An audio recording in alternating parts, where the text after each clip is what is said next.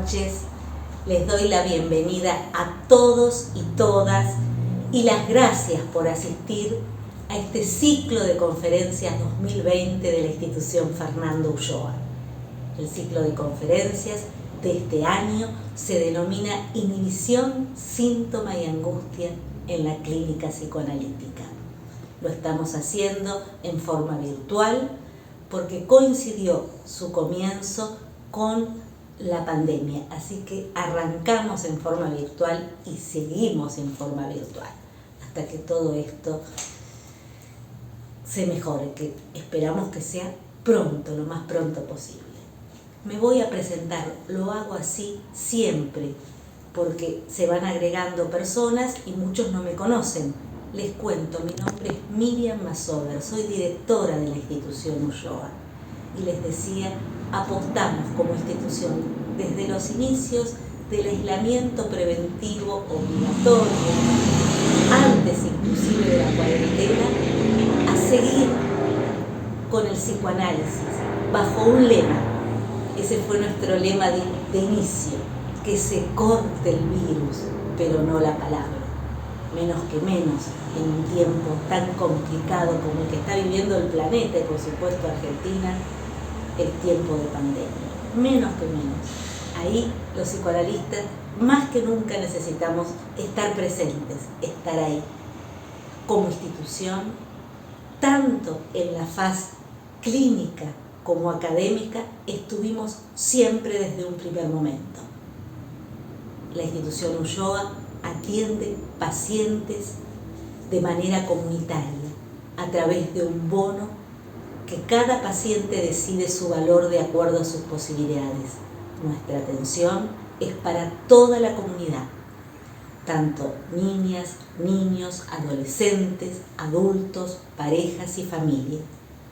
Están atendidos por un grupo de profesionales grande, ¿sí?, en todos los sentidos, por cantidad y por calidad, porque se forman en nuestros posgrados clínicos, que tienen cada uno su especificidad que les nombraba, con un cuerpo docente de excelencia, en donde se investiga los conceptos principales de la clínica psicoanalítica y además se supervisa la casuística, es decir, los pacientes que se atienden en la institución.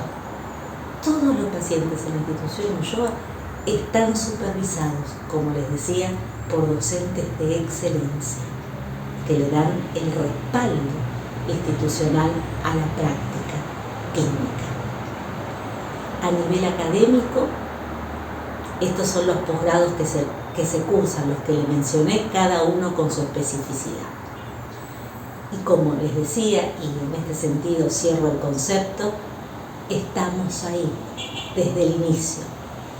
Y esto es mérito de todos los que las conformamos. Los profesionales, los docentes, los colaboradores que día a día en teletrabajo hacen su tarea para sostener en pie a la institución Ulloa en forma virtual. Hoy tengo el enorme gusto en esta noche de presentar, abriendo el segundo cuatrimestre, a una psicoanalista de gran trayectoria clínica y académica, Alba Flessler. Como les decía, es un enorme gusto tenerla en esta apertura del segundo cuatrimestre. Yo destaco de Alba Flessler su claridad en la transmisión.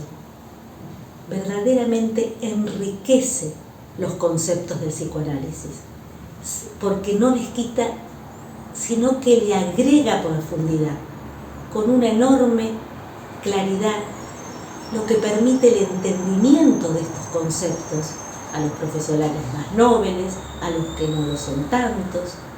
Y como siempre digo, si un concepto se entiende, y esto es lo que Alba hace magistralmente, se va a poder aprender y utilizar, aprender con H, por eso hice esa exhalación, y utilizar como herramienta en la práctica clínica cotidiana. Alba va a hablar de un tema muy actual, ¿sí? Por la época y por la pandemia. Los padres actuales, inhibiciones, síntomas y angustia. Van a aprender mucho esta noche. Tomen nota, hagan sus preguntas, ¿sí? Que luego les serán enviadas a Alba y ella las va a responder. Van a aprender mucho, estoy segura de lo que les digo. Antes de cederle la palabra a Alba, voy a leer una breve referencia curricular de una extensa trayectoria. Alba Flechler, entonces, es psicoanalista, analista de escuela y analista miembro de la Escuela Freudiana de Buenos Aires, de la cual fue presidente en el año 1995 y donde anualmente dicta su seminario. El seminario que dictará, anótenlo, los terceros sábados del mes en el 2020 se titula Hoy, ¿qué es un padre? ¿Qué decimos los psicoanalistas ante lo real de nuestro tiempo? Supervisora de numerosas instituciones hospitalarias de la Argentina. Ha dictado conferencias y seminarios en Latinoamérica y Europa. Les voy a nombrar los libros de los cuales Alba es autora y les comento que en los posgrados que se dictan en la institución de niños y adolescentes son bibliografía. Uno puede decir bibliografía obligatoria, ¿no? Bibliografía propiciatoria. El niño en análisis y el lugar de los padres. El niño en análisis y las intervenciones del analista. Niños en análisis, presentaciones clínicas. Todos estos libros, como les decía antes, son de una accesible lectura y brindan herramientas para la clínica práctica cotidiana. Los recomiendo en la institución Ulloa, se leen muchísimo.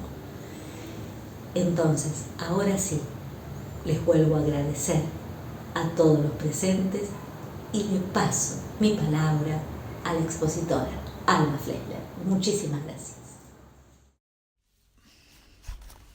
Buenas noches. Es un gusto que podamos estar conectados y hayamos podido encontrar la vía de estarlo en estas circunstancias, no quedar aislados del deseo que nos anima. Quiero agradecer entonces a Miriam Masover, en primer lugar, por renovar su invitación, por volver a invitarme para estar hoy aquí con ustedes, compartiendo mis reflexiones. Hace años que me encuentro en una nueva vuelta con ustedes y eso siempre me da mucho gusto. Gracias, Miriam. Entonces, te agradezco la invitación. Quiero también agradecerle a Alejandro Bufadossi, quien muy amablemente se ha contactado conmigo para poner a punto todos los instrumentos técnicos y hacer posible esta vía de encuentro. El título que les propuse, Padres Actuales, Inhibición, Síntoma y Angustia, es un título que me surgió en el marco de mis reflexiones sobre lo actual. Por eso, Padres Actuales.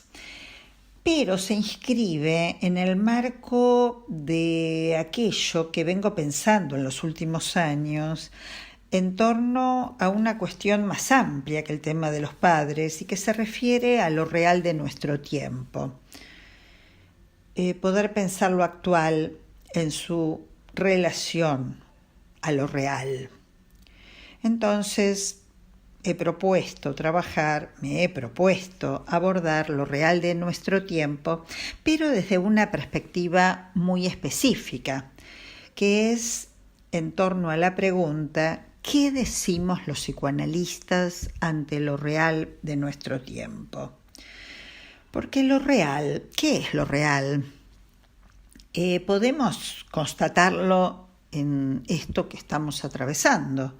Lo real, podríamos decir, es algo que irrumpe, como irrumpió este virus, el coronavirus, como una especie de tsunami traumático, podríamos plantearlo así.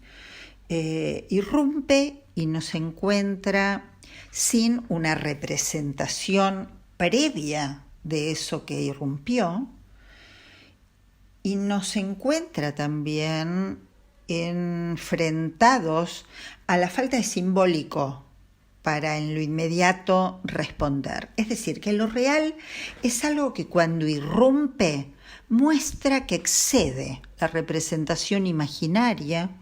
Decimos, no me lo hubiera nunca imaginado. Y también las palabras, cuando muchas veces escuchamos decir, me faltan las palabras para decir lo que estamos viviendo. Pero lo real no solamente es lo que irrumpe, como decía, como un trauma. También lo real perdura. Una de sus características es la permanencia, que puede presentarse como una fijación, como una continuidad que está siempre presente. La continuidad y esa presencia que no se discontinúa y perdura también es una característica de lo real.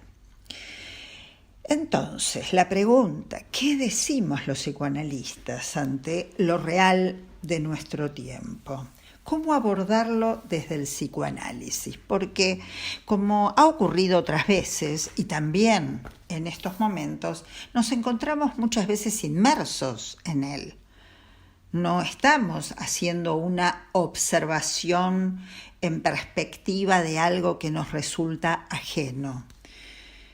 Pero no solo estamos inmersos, la característica es también que proponemos reflexionar sobre él, porque si nos quedamos solo inmersos en lo real, podríamos llegar a responder a lo real solo con nuestro fantasma.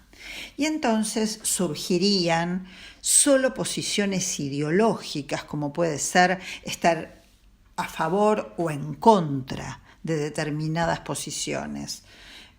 Incluso caer en posiciones dogmáticas, ¿no? Como diríamos, por ejemplo, estar a favor de la cuarentena o en contra de la cuarentena. Pues bien, yo les propongo que desde el psicoanálisis, en lugar de responder desde lo ideológico, podamos pensar lo real desde una posición lógica. Es decir, formalizar desde la lógica qué respuesta damos a lo real. Lacan se esforzó enormemente por pasarnos un pedazo de real. Avanzada su enseñanza, lo decía de una y otra manera, que se desesperaba por pasarnos un pedazo de real. ¿Por qué? Es que no hay un acceso directo a lo real.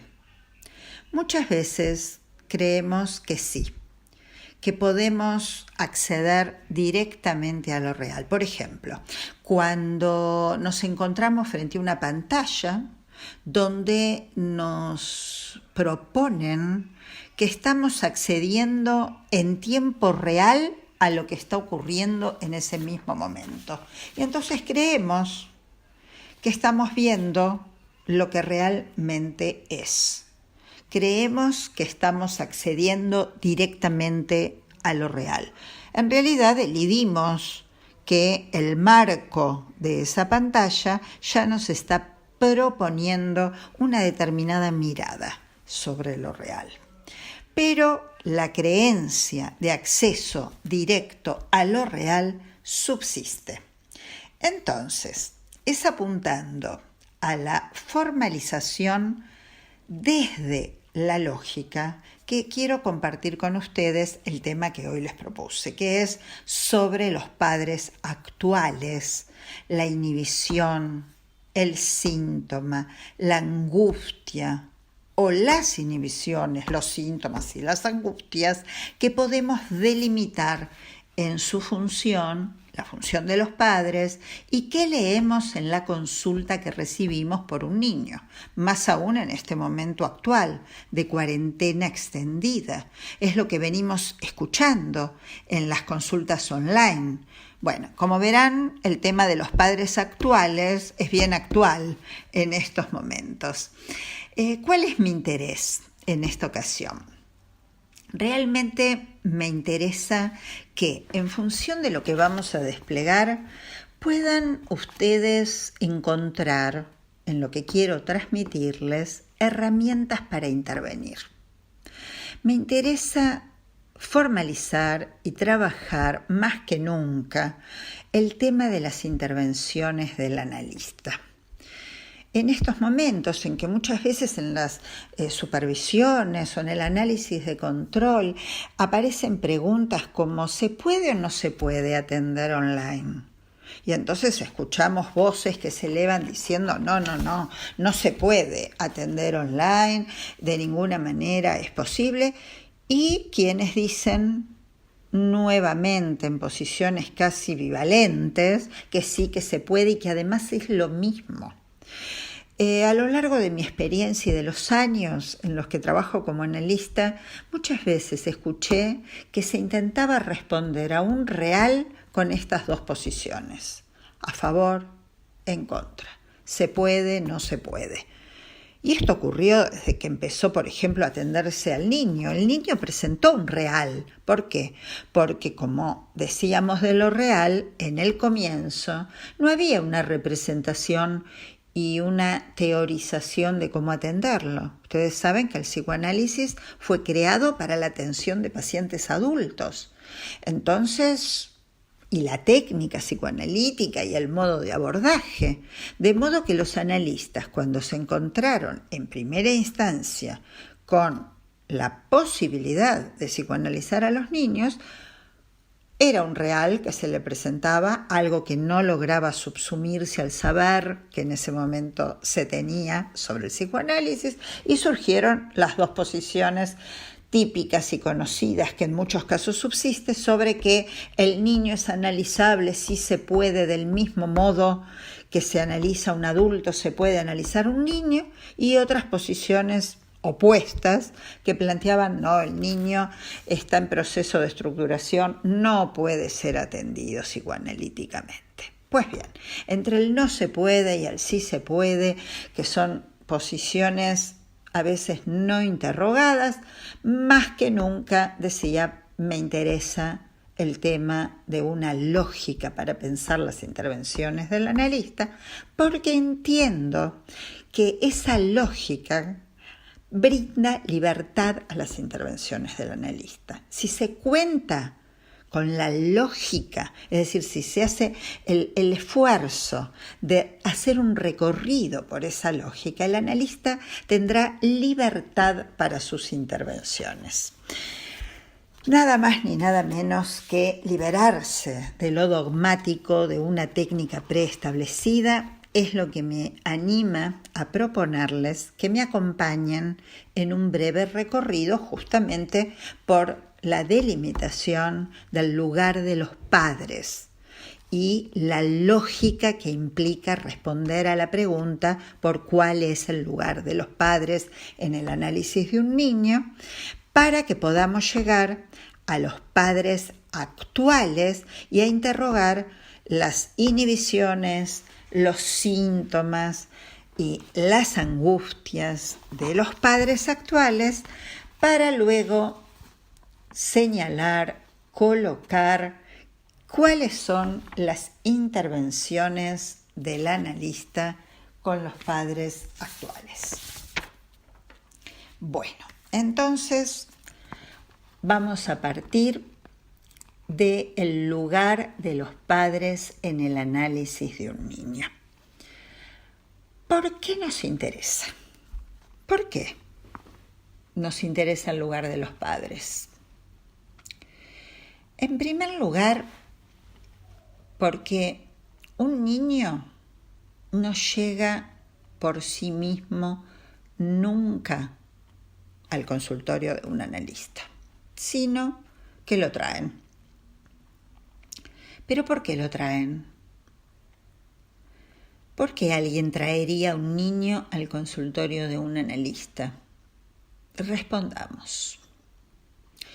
Lo traen porque el niño significa algo para quien lo trae.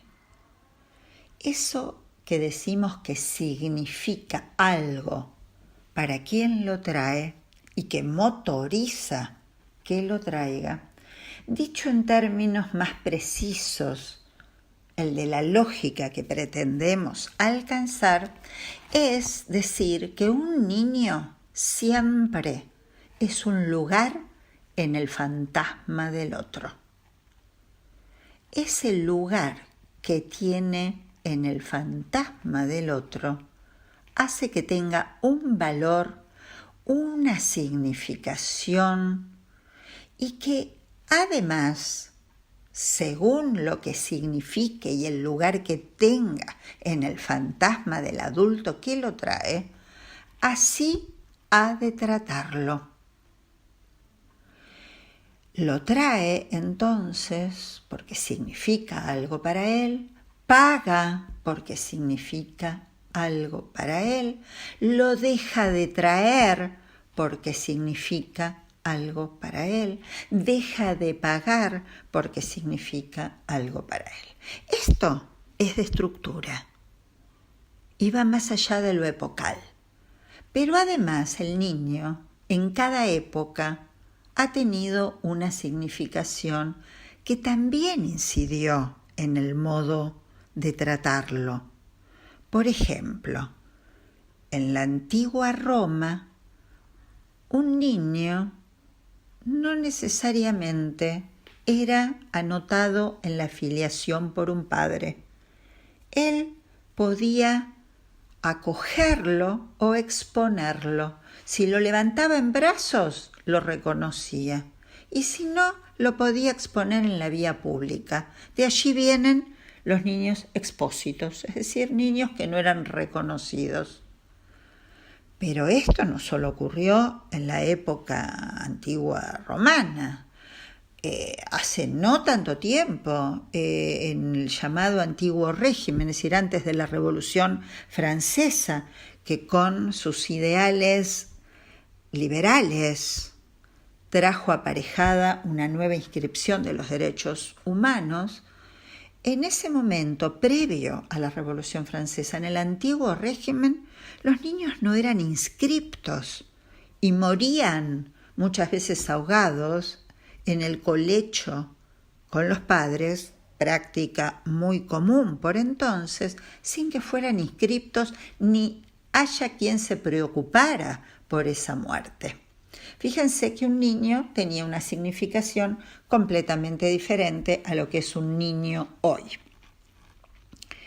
Bien, entonces, ¿por qué nos interesa el lugar de los padres? Porque el niño no llega por sí mismo, decíamos, y porque significa algo para quien lo trae.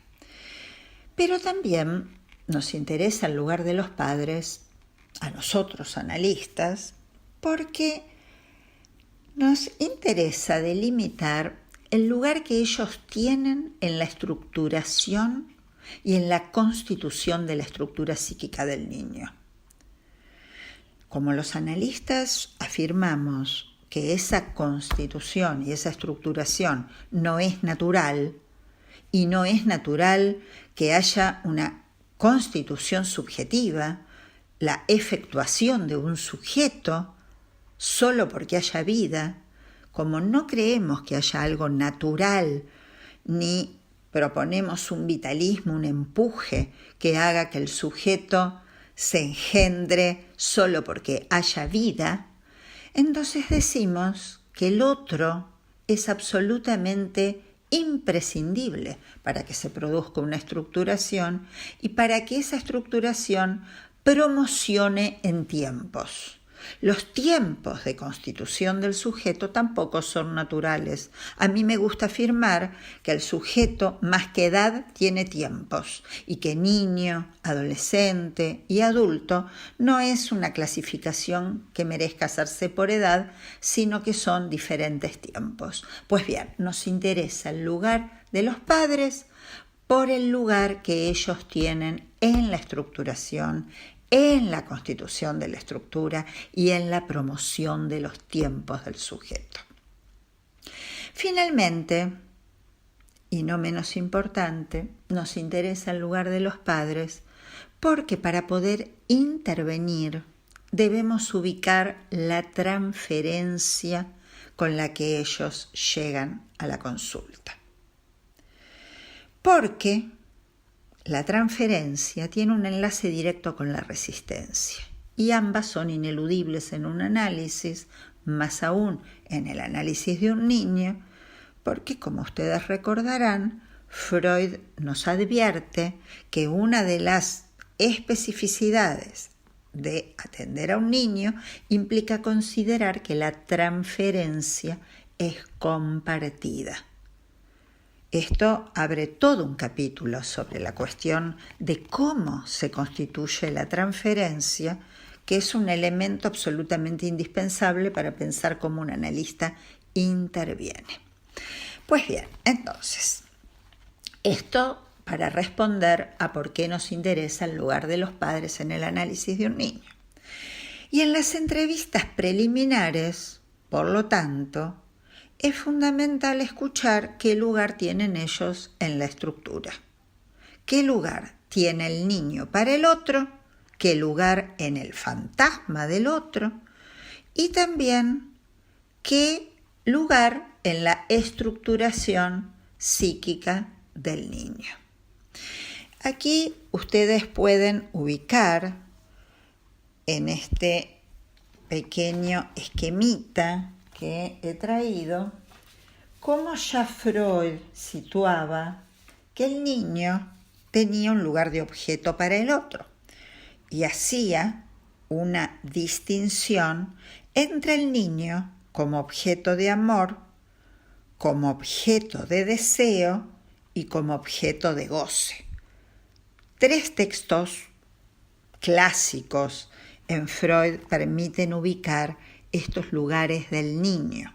Por ejemplo, en sus textos sobre el narcisismo, en Introducción al narcisismo, Freud plantea que el niño es un objeto de amor en el narcisismo de los padres y por eso él es His Majesty the Baby, ese lugar de majestad, majestuoso, que hace, por ejemplo, cuando él ocupa ese lugar para el otro, que hasta un eructito del bebé pueda parecer maravilloso, que la defecación que un bebé hace le dé disfrute a la madre como una verdadera fiesta. Bueno, hay algo en el amor que hace de ese niño como objeto del narcisismo de los padres, His Majesty the Baby. Pero no solo es objeto de amor, también, dirá Freud, es un objeto de deseo.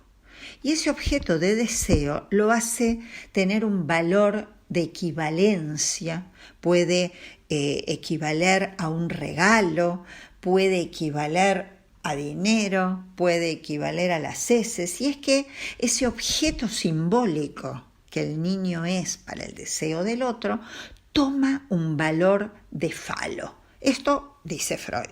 ¿Y qué quiere decir que toma un valor de falo?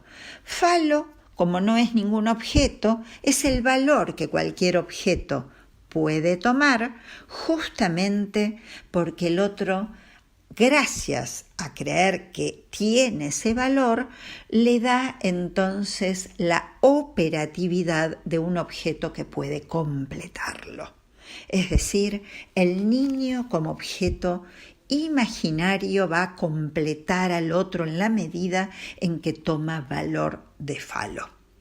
Eso es el niño entonces para el otro, un objeto de amor en su narcisismo, un objeto de equivalencia fálica, pero no solo, también un objeto de goce. el niño está para comérselo, el niño puede implicar un goce para mirarlo.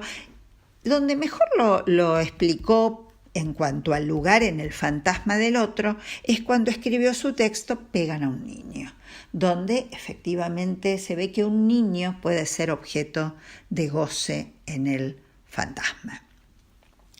Estos tres lugares que Freud tematiza claramente para el niño como objeto de amor, de deseo y de goce, me llevó a mí a presentarlos anudados.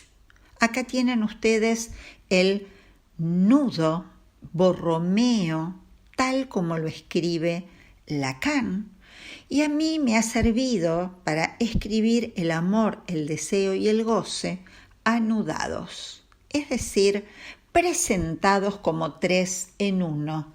No es que o es objeto de amor, o es objeto de deseo, o es objeto de goce, sino que el niño es un objeto de amor, de deseo y de goce enlazados, con consecuencias, entonces, que en cada uno de los tres podríamos mencionar, pero que hace este nudo del amor, el deseo y el goce de los padres al lugar que un niño va a tener en el otro y que va a llevar al otro a realizar determinadas operaciones. Esas operaciones, seguimos en el camino de una lógica para plantearlas, son operaciones necesarias.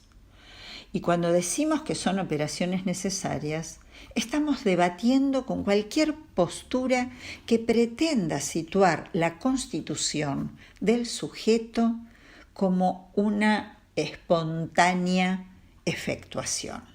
Lo llamamos así porque descreemos de la naturalidad biológica para la constitución subjetiva. Entonces, si no es natural que se efectúe como sujeto, entonces tenemos que plantear cuáles son las operaciones necesarias para la constitución del sujeto. Vamos ahora a plantearlas en una vuelta más. ¿Y cuáles son esas operaciones necesarias que nos desprenden de cualquier postura que considere la efectuación del sujeto de un modo espontáneo o propio de una naturalidad biológica? ¿Cuáles son esas operaciones necesarias a las que nos referimos? Aquí otra vez, nuevamente, vamos a apelar a la lógica. Lacan la llamó deseo de la madre y nombre del padre. Son operaciones y no corresponden a la biología. En una el acento está puesto en el deseo y en el otro está puesto en la operación del nombre, lo que va a llamar nominación. No voy a desplegar toda la lógica, pero sí es importante que ustedes tengan presente que el deseo es un concepto muy fuerte en psicoanálisis que no debe equipararse al querer. No es lo mismo desear que querer. Entonces no es lo mismo querer tener un hijo que esté funcionando el deseo de la madre, que incluye como condición para que haya deseo una pérdida de goce, una falta que esté funcionando. Son procesos de orden inconsciente, no corresponden en lo más mínimo a una voluntad procreacional. Y nombre del padre, la función, la operación que Lacan va a extender a nombres, porque se trata de una nominación que tiene que ir más allá de una única vez. La operación que le cabe entonces al nombre del padre tampoco se corresponde simplemente con una palabra, es la función que Lacan le va a otorgar a esta operación el deseo de la madre y del nombre del padre, que va a tener eficacias sobre ese viviente para que se pueda constituir como sujeto. Ya estoy diciendo entonces que de ninguna manera, porque haya vida, va a haber existencia del sujeto. Si el deseo de la madre funciona como operación, va a introducir la posibilidad de un sostén narcisista. ¿Qué quiere decir esto? Que se va a poder conformar un cuerpo del sujeto. No nacemos con un cuerpo. Ustedes me dirán, ¿cómo no nacemos con un cuerpo? Nacemos con un organismo, pero el cuerpo del sujeto no es lo mismo que el organismo. El cuerpo implica una erogenización del cuerpo, un modo de gozar de cada uno de los orificios. A partir de ese sostén, el cuerpo va a tener una posibilidad de sentir. Los sentimientos que tenemos dependen de que haya una constitución del cuerpo. Es decir, es muy importante diferenciar el organismo del cuerpo. Y para que se pueda constituir ese cuerpo del sujeto, es imprescindible que opere el deseo de la madre. Y el padre, cuando decimos los nombres, la nominación, pues bien, cuando él nomina e introduce una filiación, por ejemplo, tú eres mi hijo, él está con esa nominación ordenando goces en el cuerpo. Entonces diremos, de un modo lógico, pero muy en síntesis, dado que no tenemos tiempo de desplegarlo, pero sí lo quiero ubicar, que queda entonces como función del lado del nombre del padre restringir goces. Si sos hijo, gozás como hijo, no podés gozar de cualquier manera. Es decir, introduce lo que Freud llamó la prohibición del incesto. Un cuerpo donde no puede gozar el cuerpo de la madre, pero para eso tiene que saber hijo de quién es. Entonces, restringe un goce y también habilita donde sí se puede gozar. Esto implica, como operación, que muchos de los goces orales, anales, escópicos, invocantes del cuerpo del sujeto se empiezan a ordenar. Qué comer y qué no, dónde defecar y dónde no, cuánto mirar y qué no, y así hablar o callar. El ordenamiento de los goces del cuerpo del sujeto implican entonces una operación como necesaria, sin la cual pueden quedar en un enorme desorden. Bueno, es importante estas operaciones, yo las coloqué en este esquema muy sintéticamente, como les decía, deseo de la madre como sostén, nombre del padre como función de corte.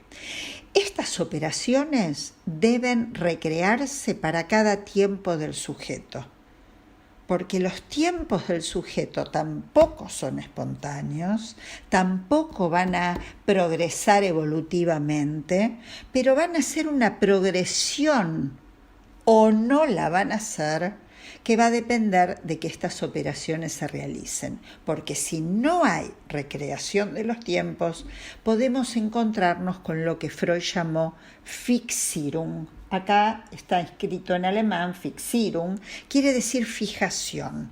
¿Qué quiere decir fijación? Que un goce pueda quedar fijado y no se redistribuye. Por ejemplo, que comer sea, o el goce oral, sea solo encontrado en el cuerpo de la madre o en el cuerpo propio. Para poder encontrar goce en otro cuerpo, por ejemplo, besar otro cuerpo, es necesario perder un goce en el cuerpo del otro primordial, perder un goce en el propio cuerpo. Eso llamamos progresión, es decir, que no haya una fijación que implique perdurabilidad del goce, que un goce real perdure, sino que se discontinúe. Esto es importantísimo porque en la vida puede ocurrir que pase el tiempo y no se efectúen los tiempos del sujeto, y que alguien tenga determinada edad y sin embargo no haya cursado los tiempos. Una, por ejemplo, ejemplificación típica de esto es que nosotros decimos que a un niño lo traen, pero damos por supuesto que un adulto viene por sí mismo a la consulta. Sin embargo, les diré que hay adultos que son traídos. Esto prueba que no porque se cumplan años el tiempo pasa. Alguien puede permanecer en una fijación sin discontinuidad a lo largo de toda la vida.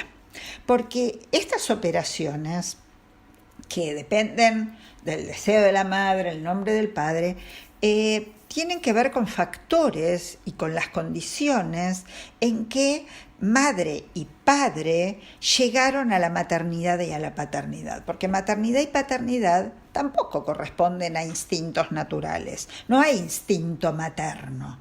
Las operaciones son necesarias, pero son contingentes, es decir, dentro de la estructura del ser humano, llegar a la posición de maternidad y poder sostener el deseo de la madre o asumir la paternidad, es decir, no es una cuestión de genes, implica claramente que se haya tramitado ciertas operaciones estructurales en la vida de esos seres humanos para alcanzar esas posiciones. Ahora, el modo en que van a sostener el lugar los padres no solo depende de su estructura singular, sino también del discurso de la época.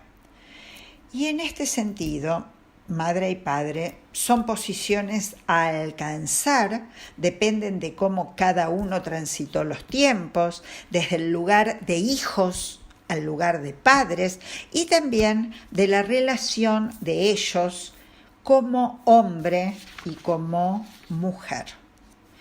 Este entrecruzamiento que implica que se tiene que haber discontinuado algo también en la vida de quienes se presentan como madre y padre para alcanzar estas funciones, algo en su lugar de hijos, algo se tiene que haber redistribuido, recreado en su lugar como hombre y como mujer. Bueno, estos entrecruzamientos yo los he teorizado planteando que el analista en las entrevistas preliminares escucha el deseo de los padres, pero no solo por el hijo, sino también entre ellos. Me gusta decir que cuando el analista escucha en las entrevistas cómo se fueron armando los goces y los deseos en varias generaciones, está desplegando el mapa de los goces. Aquí tienen ustedes un pequeño esquema donde se ve la relación madre, padre, hijo, pero también la relación que la madre tiene con la femineidad, la relación que el padre tiene con su posición como hombre, a su vez qué pasó con cada uno como hija o como hijo, y el entrecruzamiento, es decir, el padre qué relación tiene con una mujer, la madre con un hombre. Bien, todas estas cruces ahora no lo voy a desplegar, pero lo quería dejar planteado para que vean ustedes la complejidad que está en juego en aquello que llamamos el lugar de los padres. Es decir, que madre y padre, si los desprendemos de cualquier posición propia de la naturaleza humana, como si fuera espontáneo, evolutivo, vamos a ver que en esta complejidad el analista ha de recibir a los padres y ubicar la complejidad a la que nos referimos, es decir, qué lugar tiene el niño en el nudo de los padres, el niño como objeto de amor, de deseo y de goce, el mapa de los goces, es decir, cómo se relacionan madre y padre con sus otros lugares, si pivotean los goces o si una madre solo goza como madre y no goza como mujer, o si su goce de hija, la relación con su propia madre a veces le impide sostenerse como madre, es decir, esta complejidad del mapa de los goces y por último la transferencia. Entonces, el nudo de los padres, el mapa de los goces y la transferencia. Aquí ustedes tienen un esquema de algunas distinciones que me interesa subrayar a la hora de plantear cómo llegan los padres al encuentro con un analista. Sería como el tercer elemento que considero que es importante que un analista tenga en cuenta a la hora de escuchar cómo llegan los padres a la consulta. ¿Por qué? Porque hay padres que consultan, ellos vienen con una pregunta y en ese sentido están disponibles a buscar la suposición de saber en el analista. El niño predominantemente ocupa un lugar de objeto de deseo y en la clínica suelen ser aquellos que presentan las condiciones más aptas para la intervención, porque hay preguntas, porque hay disposición, porque ellos se interrogan sobre el síntoma del niño. Entonces hay consulta, es otro tipo de transferencia más simbólica, despliegue de la palabra, más dispuestos a historizarse. Pero hay ocasiones en que los padres no consultan, pero sí demandan. En ese caso el niño ocupa más un lugar de objeto de amor y ellos no vienen con demasiadas preguntas. La transferencia presenta más una vertiente imaginaria y el analista ocupa un lugar de más idealización. Es importante hacer la distinción entre padres que vienen en posición de consulta o padres que no consultan pero demandan que se resuelva el sufrimiento, demandan una rápida solución. Es otra la transferencia. Y por último, suelo diferenciar los padres que no consultan, no demandan, pero los mandan. Son los padres que llegan en general molestos, con muy poca disposición a la pregunta, con poca disposición a la palabra. El niño está más ubicado como objeto de goce y la transferencia en su vertiente real. Bien, esto que les he planteado de algún modo son, o podríamos nombrar, las coordenadas que hacen a los padres y el encuentro con el analista.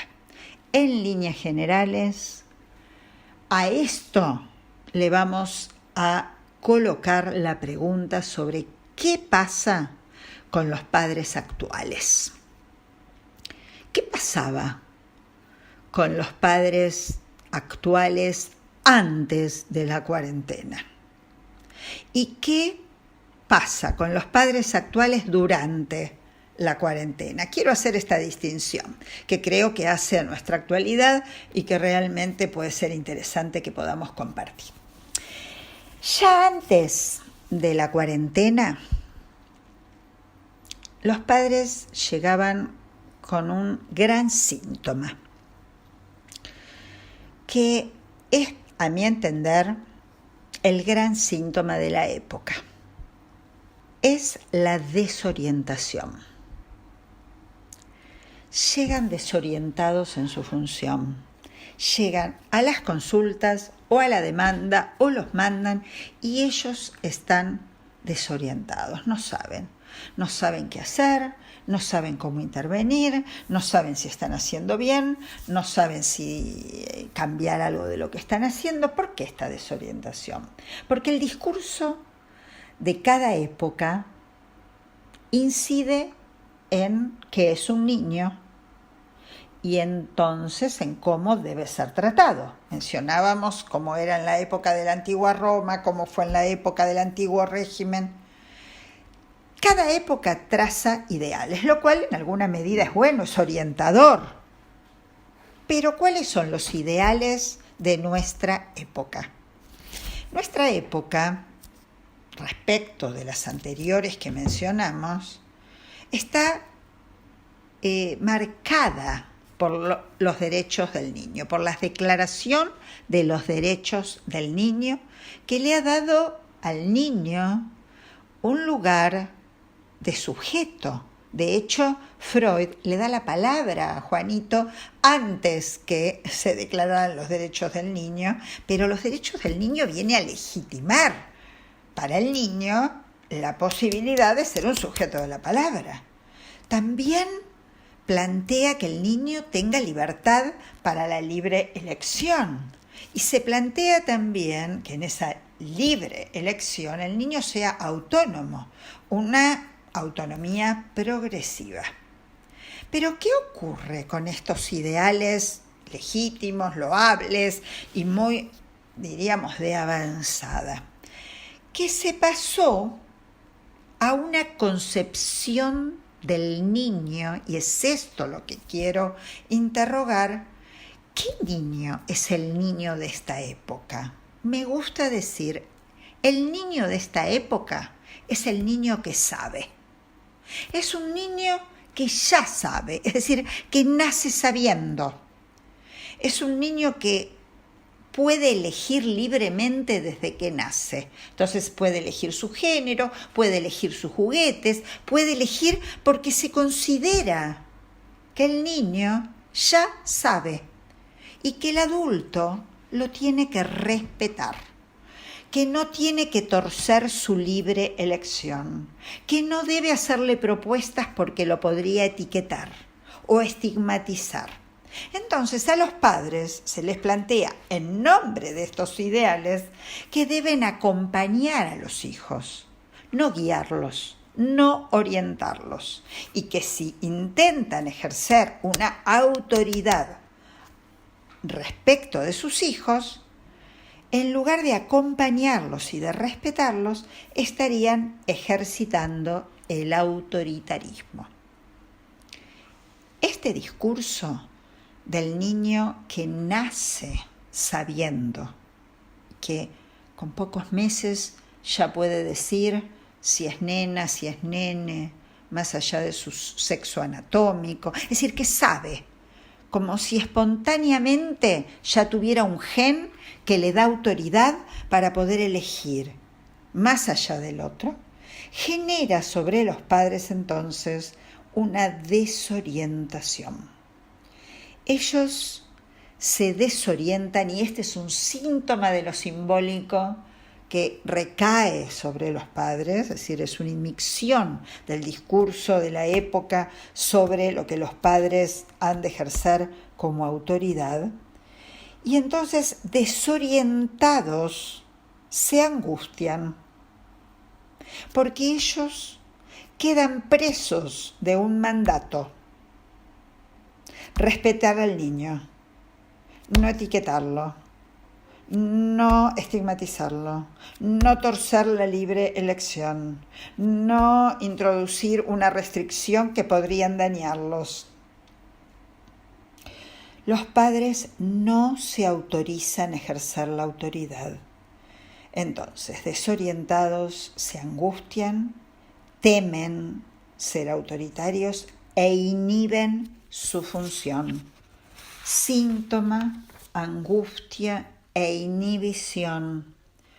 Solo para quienes quieran como ahondar en el nudo donde Lacan lo escribe, aquí encontré este nudo de uno de los seminarios de Lacan, donde Lacan escribe, fíjense, cómo lo simbólico inmicciona en lo real, cómo lo real inmicciona en lo imaginario produciendo angustia y cómo es desde lo imaginario en lo simbólico que se produce la inhibición. ¿Por qué? Porque muestra cómo justamente la angustia es que algo de lo real excede o inmicciona en lo imaginario, ellos no saben, no tienen saber cómo responder. Y la inhibición se produce por un exceso de sentido propio del discurso de la época.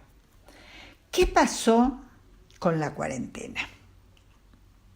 ¿Qué le agregó la cuarentena a este estado de situación previo? Padres desorientados que no se autorizan, que se sienten desautorizados e inhiben su función angustiados. Con la cuarentena, ¿qué pasó? Antes de la cuarentena, los niños iban a la escuela. Se encontraban con amiguitos, se encontraban con los abuelos o estaban en ocasiones no solo con la maestra en la escuela, sino con la empleada, con las niñeras. Los padres iban a su trabajo. ¿Por qué hago esta descripción? Porque quiere decir que tanto los niños como sus padres tenían canales de goces exogámicos. Es decir, no todos los goces estaban en el encierro de la relación del sujeto con el otro.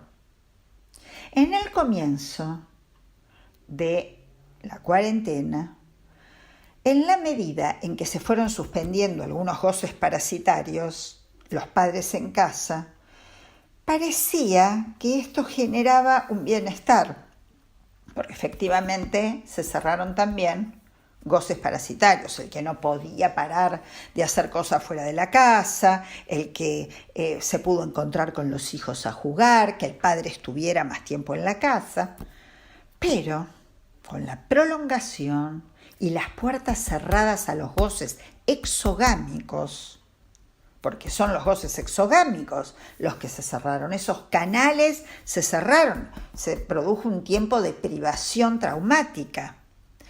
Lo que fuimos notando en las consultas es el aumento de las fijaciones primarias. Es decir, hubo aumento de goces primarios y de la regresión a goces primarios. Niños que volvieron a hacerse pis, llantos inmotivados, gritos como los bebés en vez de hablar, caca fuera de lugar, chicos que empezaron a hacer caca fuera del inodoro, niños que volvieron a dormir en la cama de los padres, chicos que duermen mal y hasta en algunos casos graves chicos que han hecho intento de suicidio. Es decir, el cierre de las salidas a goces exogámicos produjo recreación de fijaciones primarias y regresión. Entonces, hoy los padres consultan entre la desorientación, la angustia y la inhibición que ya se producía en su función previa a la cuarentena y el incremento del cierre de los canales de goce exogámico que sume, al cerrarse esos canales, a los goces endogámicos con estas manifestaciones que les estoy contando. Entonces, ustedes me dirán, ¿y el analista atiende o no atiende online? Sí, claro que atiende online, pero escuchan las entrevistas preliminares a los padres actuales, su angustia, sus síntomas, sus inhibiciones. Y para concluir, les diré que respecto de las intervenciones, haber podido formalizar el nudo de los padres y sus inmixiones, como se los planteé, permite decir que en las intervenciones el analista no analiza a los padres, tampoco orienta padres, pero sí me gusta decir que las intervenciones del analista con los padres sí orientan el nudo de los padres. No es lo mismo orientar a los padres que orientar el nudo de los padres para trabajar las inhibiciones, los síntomas y las angustias que ellos traen a la consulta por el niño en cuestión. Bueno, un gusto haberme encontrado con ustedes y compartir algunas de estas reflexiones que hacen a mi práctica. Espero que les haya servido. Hasta luego.